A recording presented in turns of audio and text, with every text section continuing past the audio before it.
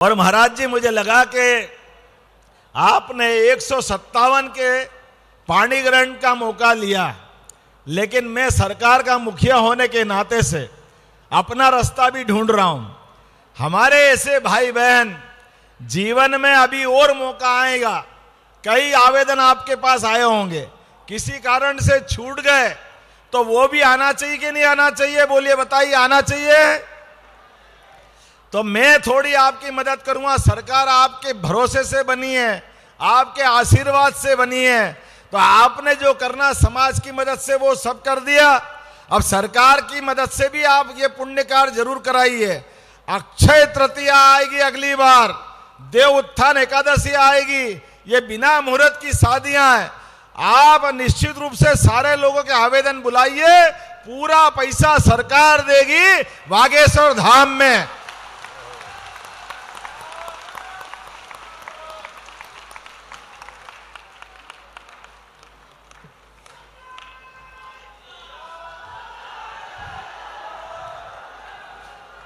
बोलना तो दिल खोल के सभी बोलो, जय जय श्री राम, जय श्री राम।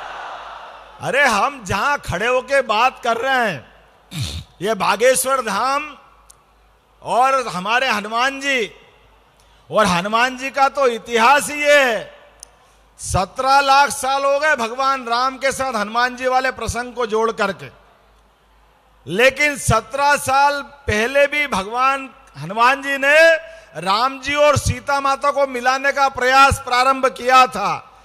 वो का वही आज भी जारी रहे, यही तो हम आपसे निवेदन कर रहे हैं। ये घर घर से ढूंढ करके राम सीता लाइए, सबका पानी ग्रहण कराइए, ये इसी की कामना हम कर रहे हैं। महाराज जी, जीवन में सबसे बड़ा दान अगर कोई है तो कन्यादान है, और कन्यादान में भी जाने अनजाने कोई सामाजिक कष्ट है, कोई परेशानी है, किसी के घर में माता नहीं है, किसी घर में पैसा नहीं है, कोई और कारण है, ये सारे कारणों का निवारण सदैव सदैव से संतों के नेतृत्व में सरकारें ढूंढती आई है।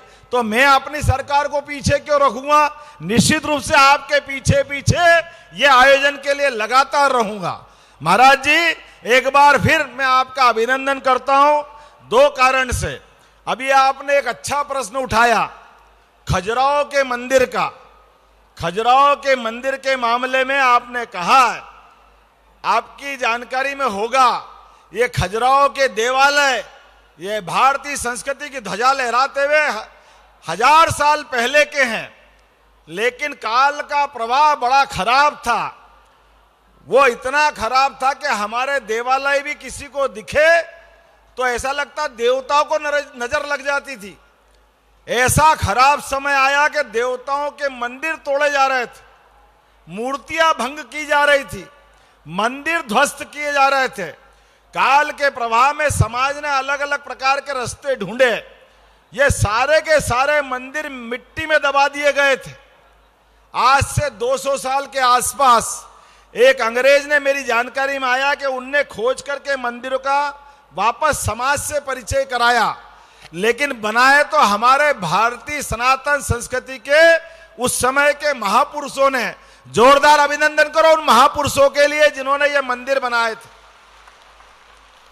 और जब मंदिर बनाए और अब समाज के सामने आ रहे हैं, और जब अयोध्या धाम मुस्कुरा रहा है, बाबा महाकाल का महालोक आनंद में डूबा हुआ है, तो पीछे खजुराहो कैसे रह सकता है?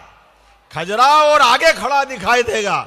महाराज जी, आप जैसा कहोगे, हमने गृह मंत्री के माध्यम से हर मंदिर में पूजा का प्रबंध करेंगे। ये आपके माध्यम से मैं निवेदन करना चाहता हूं।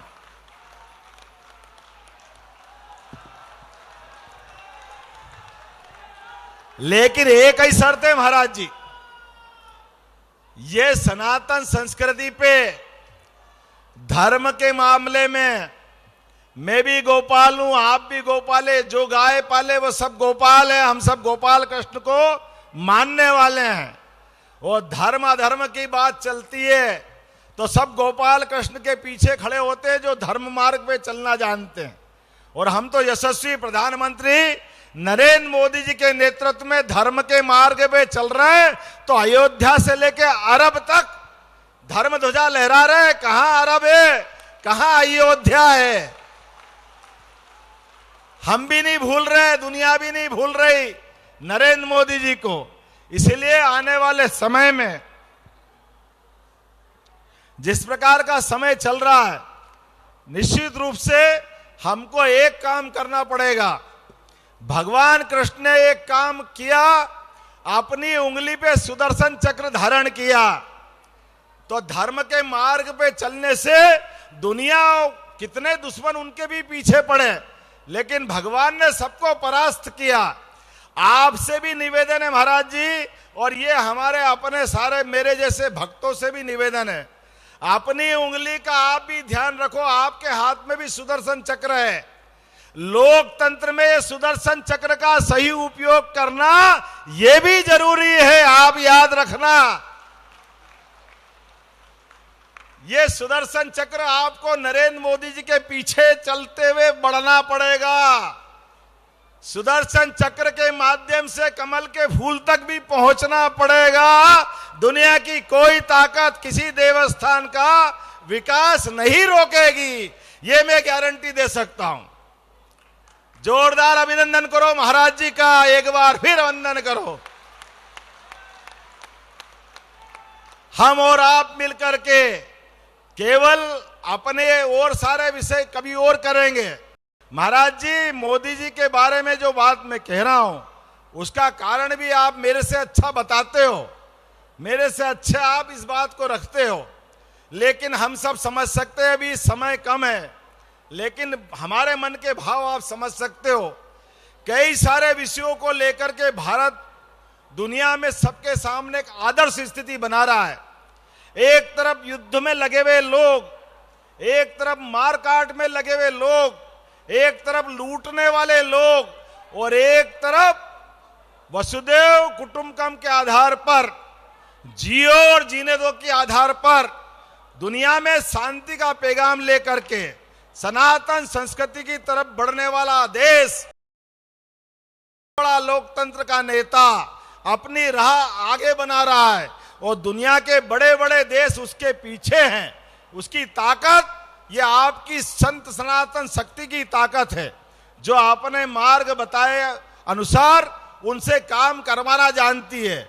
ये स्वामी विवेकानंद की उस भविष्यवाणी को सिद्ध करने का समय है। 21वीं शताब्दी दुनिया में भारत को सर्वोच्च स्थान पे पहुंचाने की शताब्दी है। तो मैं उम्मीद करता हूं आपके माध्यम से नरेंद्र मोदी जी निश्चित हमारे देश का नेतृत्व करेंगे, और ये सभी अच्छे कामों की जो मालिका बनाई है वो मालिका बढ़ती जाएगी। आज के इस अवसर पर सभी बेटे बेटियों को मैं भी आशीर्वाद देता हूं। बाबा जी के आशीर्वाद के बाद तो जरूरत पड़ती नहीं है, लेकिन जहां जरूरत पड़ेगी सरकारी व्यवस्थाओं की सरकार आपके साथ खड़ी दिखाई देगी, किसी को कोई कष्ट नहीं आने देंगे।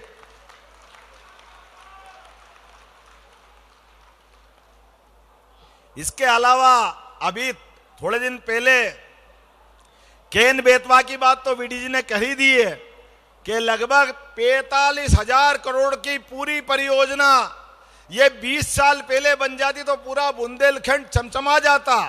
लेकिन एक बार फिर जोरदार ताली बजाओ नरेंद्र मोदी जी की सरकार के लिए, जिन्होंने बड़ा निर्णय किया है।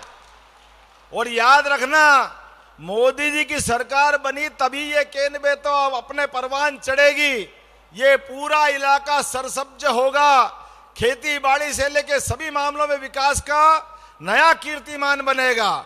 आने वाले समय में इसी प्रकार के कामों के लिए लगातार हमको बढ़ते रहना पड़ेगा। मेरी अपनी ओर से एक बार फिर सब लोगों का आभार, बहुत बहुत धन्यवाद। बागेश्वर धाम की जय हो।